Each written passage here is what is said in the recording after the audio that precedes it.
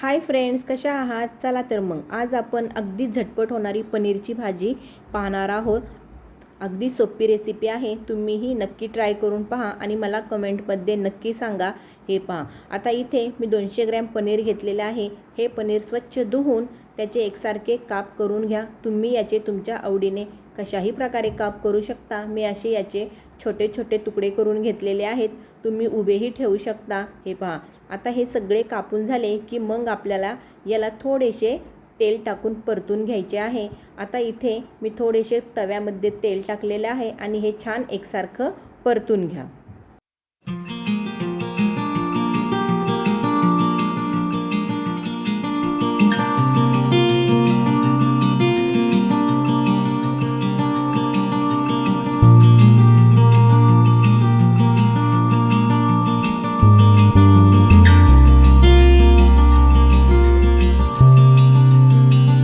आता हे पनीर आपले थोडेसे परतून झालेले आहे, त्याला एका प्लेटमध्ये काढून घ्या आणि थोडंसं आपण एका बाजूला कोमट पाणी करायला ठेवलं होतं, त्यात मी हळद आणि मीठ घातले होते।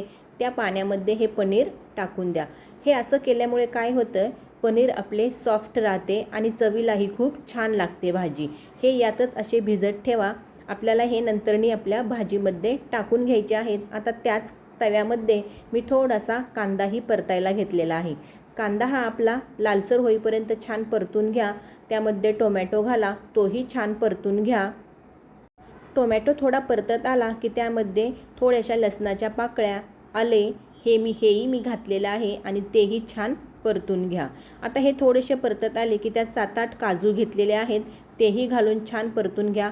काजू नसतील तर नाही घातले तरीही चालतील, त्याऐवजी तुम्ही इथे मगजबीही वापरू शकता आणि तेही नसेल तरीही चालेल, तरीही आपली भाजी छानच होते। काजू किंवा मगजबी नाही घातले तरीही चालेल। हे पहा, आता इथे आपले हे वाटण छान परतून झालेलं आहे, ते आता थंड होण्यासाठी ठेवून द्या। थंड झाले की मिक्सरच्या भांड्यामध्ये ते छान एकसारखं बारीक वाटून घ्या। आपले हे वाटण तयार आहे। आता कढईमध्ये तेल गरम करायला ठेवलेलं आहे, त्यात हे वाटण घालून छान परतून घ्या। वाटण छान तेल सुटेपर्यंत परतून घ्या। आता इथे मी मसाले घेतलेले आहेत, धना पावडर, जिरा पावडर, हळद, गरम मसाला, प्रवीण मसाला, हे सगळे मसाले घालून यामध्ये मिक्स करून घ्या। हे पहा, आणि हे मसाले घातले की तेल सुटेपर्यंत आपलं वाटण छान परतून घ्या।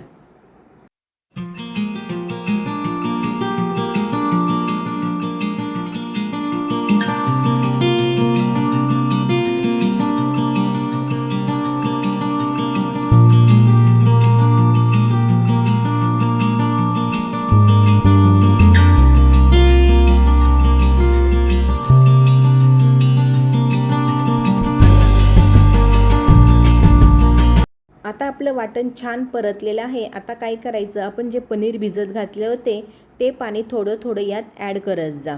त्यामुळे काय होते, याची टेस्टही खूप छान होते आणि भाजीला कलरही खूप छान होतो।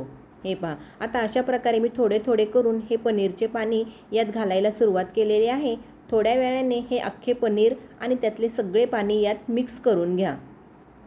आणि तुम्हाला एक टिपही सांगते, जर तुम्हाला भाज्यांना तर्री पाहिजे असेल किंवा जर कलर लाल भाजीचा यायचा तुम्हाला हवा असेल तर त्यासाठी भाज्यांना तुम्ही गरम पाणी घालत जा, त्याने भाजीला तर्री खूप छान येते आणि कलरही भाजीचा खूप छान होतो।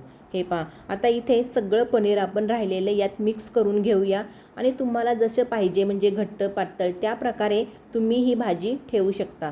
शक्यतो पनीरची भाजी थोडीशी घट्टच छान लागते, पण तुम्हाला जशी आवडत असेल तशी तुम्ही करू शकता। आणि ही कितीही पातळ दिसली भाजी तरी थंड झाल्यावरती घट्ट होते।